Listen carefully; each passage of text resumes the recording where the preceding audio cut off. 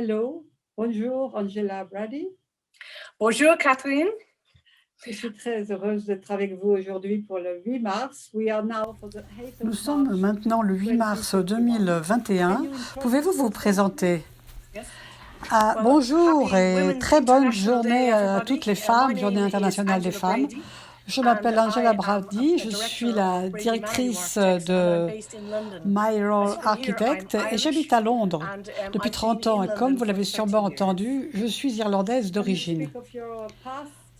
Pouvez-vous nous parler de votre parcours? Comment vous êtes devenu architecte et quels sont les mots-clés de votre carrière? J'étais diplômée à Dublin, à l'Institut de technologie. Il n'y avait pas de travail en Irlande. Alors, j'ai obtenu une bourse pour aller au Danemark pour étudier le cohabitat, ce qui m'a permis d'une certaine manière de vivre. Puis, je suis allée à Toronto pour 1 an.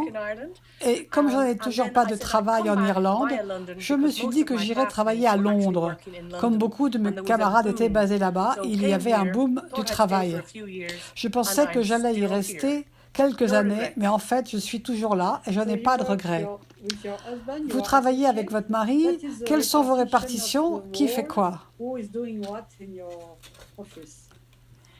Après avoir travaillé pendant quelques années dans des grandes et moyennes agences d'architecture à Londres, j'avais une vie sociale très dynamique. Nous jouions au softball et j'ai repéré mon mari, Robin Mallium, qui est devenu mon mari et mon partenaire. Cela fait 30 ans. Nous travaillons comme des partenaires égaux. Nous avons 3 antennes de notre agence avec chacun une équipe. Cela dépend de la récession économique ou non. Nous travaillons sur différents édifices.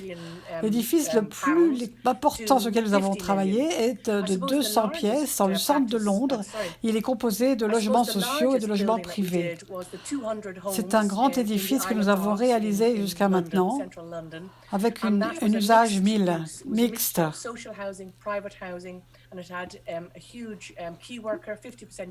C'était un très grand bâtiment, mais on a dû le démolir, plus de 23 maisons. Donc la communauté locale a été très impliquée pour cette construction.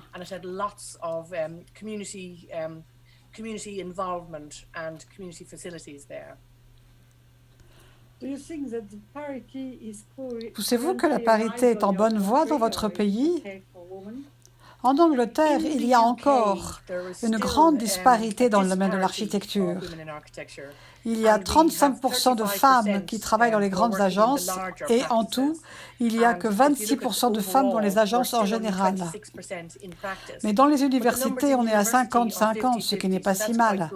Nous devons avoir une meilleure parité. Nous devons arriver à ne plus croire que nous devons lutter pour devenir une femme architecte ou pour être une femme noire architecte. Je pense qu'il est très important pour une égalité que nous reflétions mieux notre communauté. Et si nous sommes 50-50 dans la communauté, nous devons être 50-50 à pratiquer. Il faut donc pousser les choses pour que cela marche. Et c'est ce que toi et moi, nous essayons de faire depuis 20 ans. Vous avez participé au jury du prix des femmes architectes il y a 9 ans. Que pensez-vous de cette initiative? Je pense que c'est merveilleux que ce prix fasse reconnaître le travail des femmes architectes depuis tant d'années.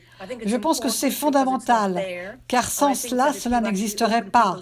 Je pense aussi que si l'on ouvre les yeux des gens, ils pourront dire « Oh, je ne connaissais pas, oh, c'est un point de vue ou un autre ». C'est comme ça que l'on défend les femmes architectes. Dans un sens, j'ai l'impression que les choses sont en train de s'améliorer, car par exemple en Irlande, les plus grandes agences d'architecture sont des femmes qui ont gagné tous les prix d'architecture, comme Grafton Architect, qui a eu le Pritzker. Dans le haut de l'affiche, il y a des femmes. Et il en faut toujours plus. Comme je le disais, il faut que les femmes représentent nos sociétés avec toutes ces diversités.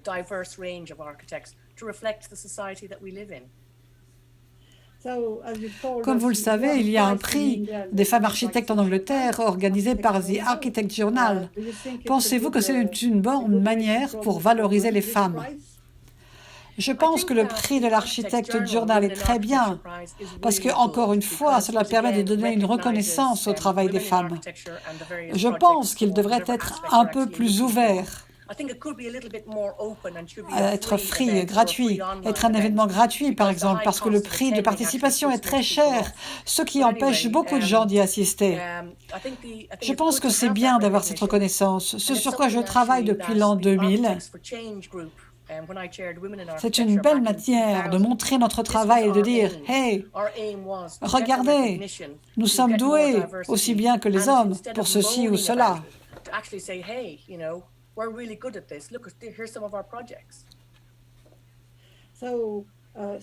Il y a quelques années, vous avez fondé le groupe Diversity avec le Global Snowboard.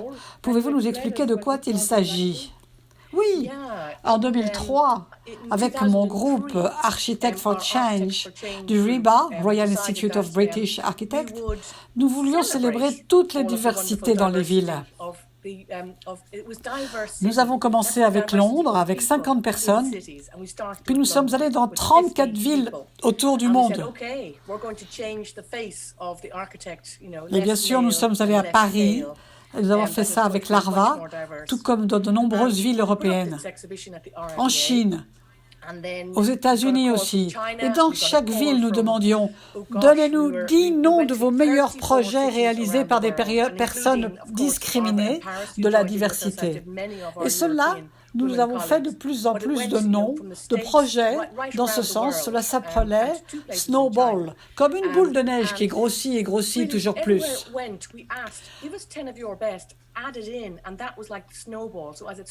En 2010, nous avons invité tout le monde à Londres et nous avons pu constater cette amélioration. Nous voulions le faire encore dans 10 ans. Les choses sont en train de changer, mais très lentement, et cela pourrait aller plus vite. Cela s'explique par la récession économique.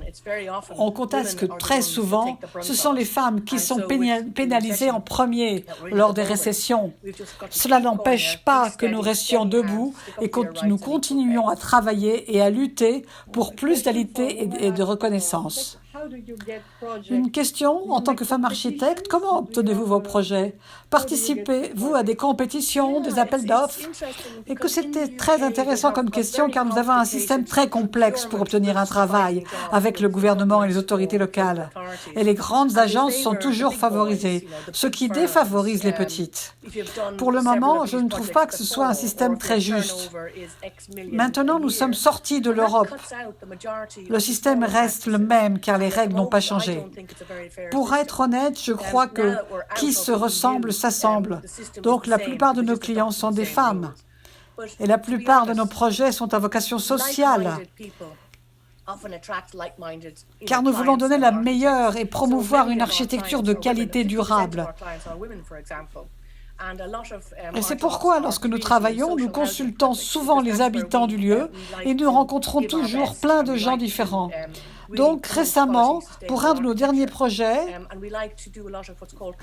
ça n'a pas été très facile, très loin d'ici. Donc, dans le projet Brickworks, qui n'est pas très loin d'ici, nous avons consulté la communauté locale en parlant de 50 groupes de personnes différents afin de comprendre ce dont ils avaient besoin en incluant 34 logements sociaux.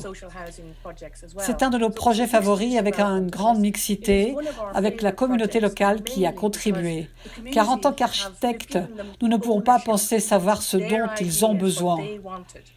Je trouve que cela toujours très arrogant de penser que l'on sait ce qu'il faut aux gens sans leur demander. Il faut prendre en compte toutes les particularités, écouter, sentir les besoins de chacun. Dans ce sens, je pense que les femmes ont une grande capacité à écouter les clients et transformer cela en projet. C'est comme ça que les clients vont être beaucoup plus satisfaits de nos réalisations.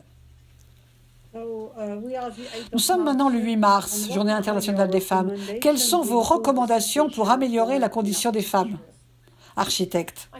Je pense que la meilleure façon est de penser comme des modèles pour les générations futures. Toutes les femmes architectes sont un modèle. Allez dans les écoles, vous verrez un modèle. Les jeunes diront « Je voudrais une carrière comme celle-là, j'adore ce projet ». Vraiment, l'architecture aujourd'hui doit essayer de créer un futur plus durable pour l'environnement. Plus on peut engager les gens dans ce changement, nous les architectes, nous avons un rôle important à jouer sur ce thème. Et plus on est représentant de la diversité dans notre profession, plus nous irons vers un monde plus durable.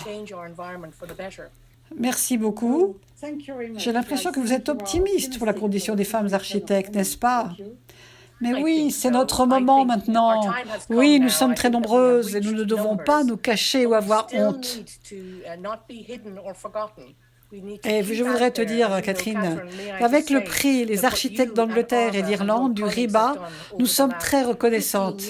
Et nous avons, avec le RIBA aussi, on voit que lorsque nous nous unissons, nous sommes plus fortes. Nous n'allons pas abandonner, car maintenant il y a des lois pour nous protéger, pour l'égalité des salaires, par exemple. Et mon adage est « femmes et hommes ensemble », car ce n'est pas une lutte des uns contre les autres, mais c'est en travaillant ensemble qu'à la fin, nous ferons un monde meilleur. You know, there are laws there to protect our rules, and we want to go forward positively, because my motto is, women and men together make the best architecture and place. And it's not a fight among ourselves. It's that working together that really, at the end, will make better architecture for all. Thank you very much. Good. Thank you, Catherine. À bientôt. À bientôt.